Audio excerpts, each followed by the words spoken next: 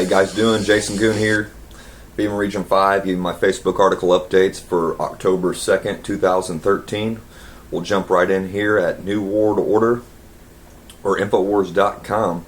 World War II veterans threatened with arrest over memorial visit. Many elderly veterans, some in wheelchairs, broke through the barriers set up around the memorial as police, Park Service employees, and tourists looked on. The Germans and the Japanese couldn't contain us. They weren't going to let barriers contain them today. They wanted to see their memorial, says Armstrong. He says they were considering going ahead with the trip even if the government is still on shutdown, but when he called the park services, he was told they would face arrest. Armstrong says, "I said, you are kidding me. You're going to arrest a 91-year-old veteran from seeing his memorial? If it wasn't for them, it wouldn't be there," she said.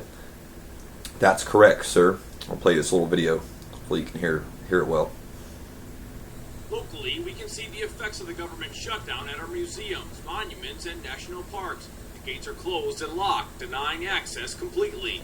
TSA employees were still working at Toledo Express Airport, but when I called the TSA to find out if they would be affected, I heard this message. "I'll be out of the office starting October 1st due to the federal funding hiatus. I'm not able to access or return voicemail messages or email messages during this time. Only services deemed essential for the safety of human life and protection of property will be continued." But for a group of vets visiting the World War II Memorial in Washington, which is called an honor flight, the shutdown was not stopping them from seeing the tribute that was inspired by them. It just goes to show you why we won the World War II. Many elderly veterans, some in wheelchairs, broke through the barricades set up around the memorial as police and Park Service employees looked on. The Germans and the Japanese could not contain us, and they weren't going to let barriers contain them today. They want to see their memorial. Honor Flight of Northwest Ohio has a trip scheduled to depart from Toledo next Wednesday. We will make the final call this Friday to determine exactly if the flight's still a go or if we have to reschedule. Honor Flight is considering going even if the government is still on shutdown, but when the organization called the Park Service, they were told they would face arrest. And I said, "Are you kidding me? You're going to arrest a 90 or 91-year-old World War II veteran from seeing his memorial? If it wasn't for them, they wouldn't be there." She said, "That's correct, sir." 99% of those veterans on Honor Flights have So there you go. opportunity to see the They'll arrest the World War II veterans just to prove their point during their government shutdown. Let's move on. RT.com. Gunman attacks Russian embassy in Libya's Tripoli. The Russian embassy in Tripoli, Libya, has come under fire, and there were attempts to get into Russia's diplomatic compound, Russia's foreign ministry said in a statement.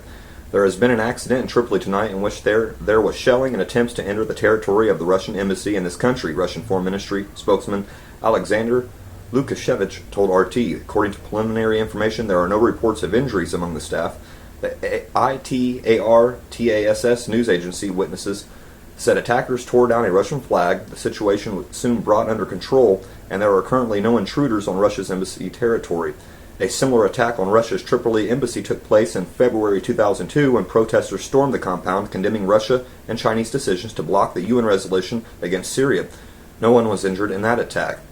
Nearly 2 years after Gaddafi was disposed and killed, Tripoli and other Libyan cities have been plagued by violence, lawlessness, and fractional infighting.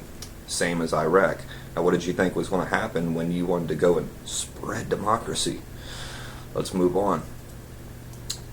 usnews.nbcnews.com. Team of contract killers led by ex-soldier Rambo busted, prosecutors say. A sharpshooting former Army sergeant nicknamed Rambo has been charged with recruiting soldiers as globe-trotting hitmen for drug traffickers in a scheme that prosecutors said could have been ripped from the pages of a Tom Clancy novel. Which, just an update today, apparently at age 66, Tom Clancy has passed away.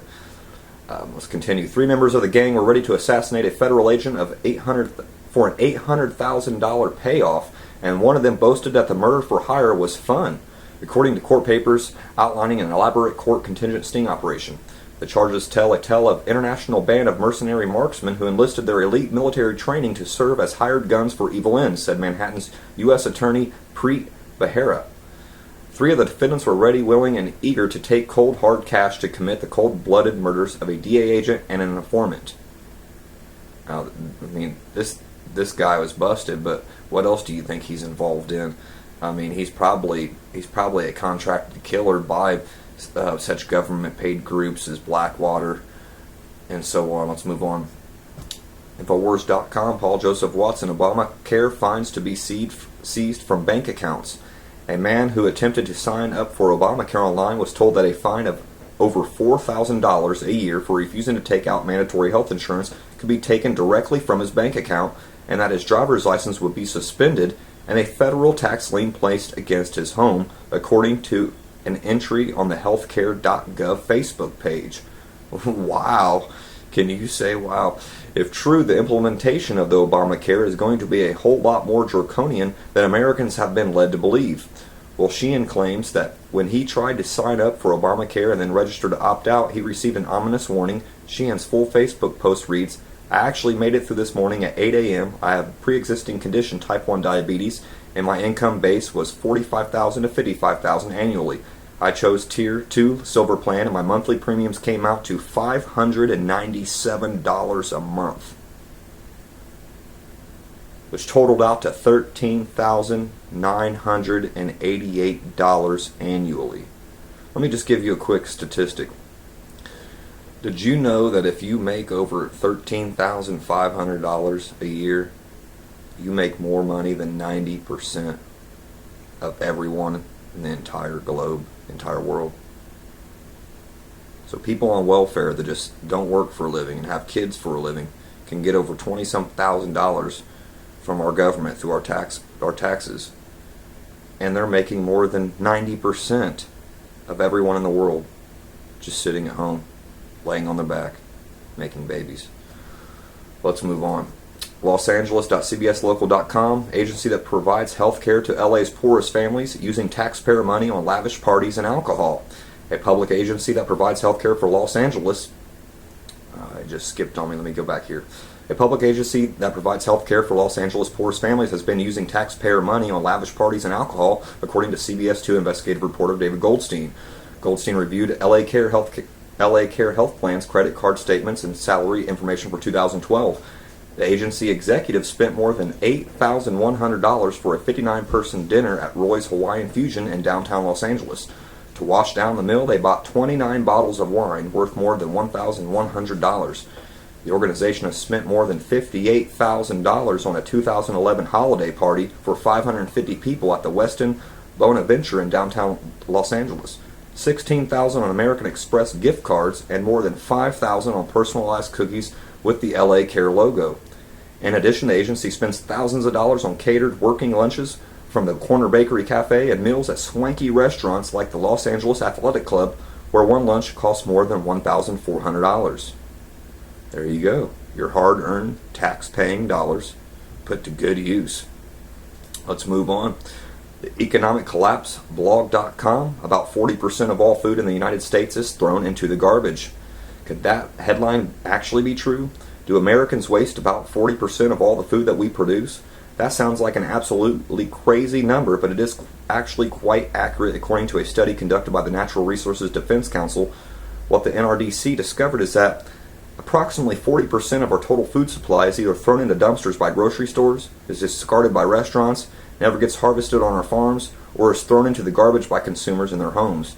Even though 47 million Americans are on food stamps and millions of children go to bed hungry in this country every single night, we continue to waste approximately 263 million pounds of food every single day of the year. One day people will look back and regard us as probably the most wasteful society in the history of the planet. Wow. Correlate that with the last few articles.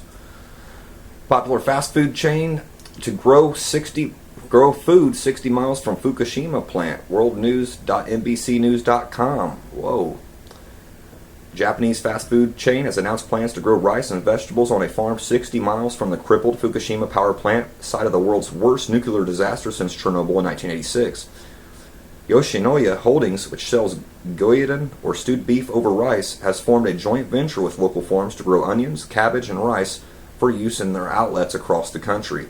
About 160,000 people nearest the plant were ordered to move out of the government-established 12-mile compulsory evacuation zone after an earthquake and tsunami in March 2011 caused reactor meltdowns and contaminated water, vegetables, and air. 60 miles from the Fukushima plant.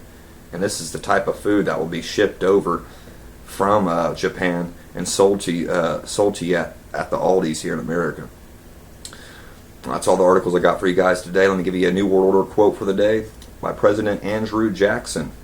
You are a den of vipers. I tend to rout you out. By the eternal God, I will rout you out. If the people only understand the rank and injustice of our money and banking system, there would be a revolution before morning.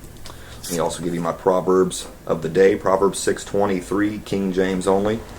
For the commandment is a lamp, and the law is light, and reproofs of instruction are the way of life. Well, that's it for today, guys. October 2nd, 2013. Let me leave you guys off with the song I brought you in on by Disciple, Not Since Breakfast.